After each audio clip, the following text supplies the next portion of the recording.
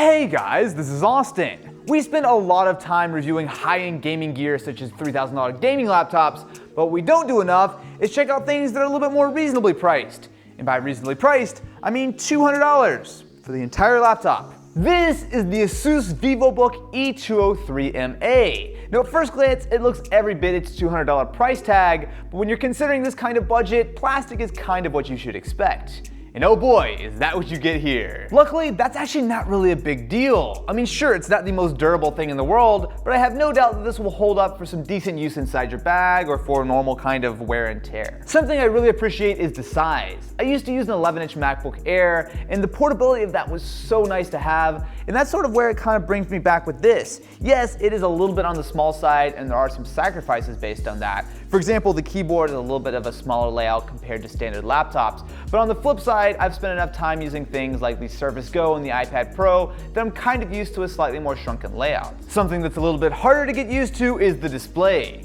Now to be fair, it is decent for such a cheap laptop. I've seen much worse. So yes, the white balance is a little bit on the cool side, and the size and especially the viewing angles really aren't all that hot. But importantly, it does get bright enough, and I can kind of make do with it for normal use.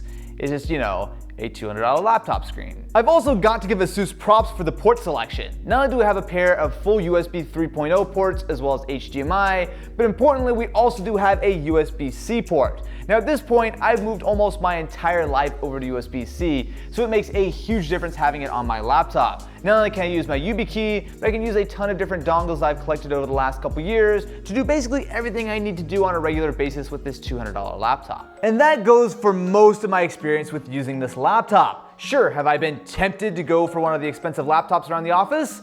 Yes. But you know what? I mean, this is able to do pretty much everything I need it to. I've been using the $200 version of the VivoBook, but if you want to go even lower budget, Amazon does have a version available for $150, which cuts the RAM down from 4 gigs to 2 gigs, and the storage down from 64 on my model to only 32 gigs.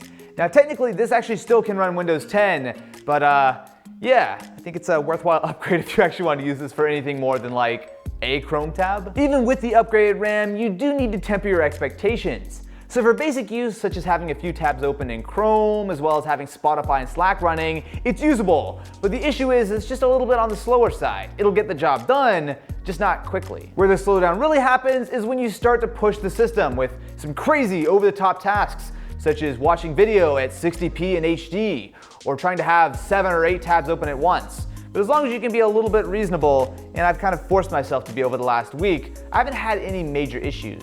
Are you kind of sensing a trend here? I mean, it's not fast, it's only got a dual-core Celeron, right? I mean, you're not expecting anything crazy out of a $200 laptop. But the important thing is, for the vast majority of what I do every day, this has been able to get the job done. What I've been most surprised about is battery life. Now, usually when it comes to cheap laptops, you're getting kind of 3, 4, maybe 5 hours on a charge, but this is downright impressive.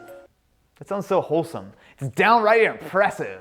Even with the screen set to 100% brightness and Windows on high performance mode, I'm still getting almost 8 hours on a charge. That's better than the vast majority of the laptops I take a look at, and especially it is way, way better than those gaming laptops that I'm usually reviewing. It's a very, very nice change to not even think about taking the power adapter. To be fair, Ultrabooks also have great battery life, but they also cost, I don't know, like 5, 6 times this, so yeah, I'm not complaining. After over a week with the VivoBook, I've been pleasantly surprised. No, you won't want to do anything heavier such as say video editing or gaming, but I mean, it's $200, what do you expect? We recently did a video trying the cheapest laptops on Amazon, and if the VivoBook was included, it probably would have won. If you're looking for a cheap laptop on a budget, I really have no problems recommending this guy.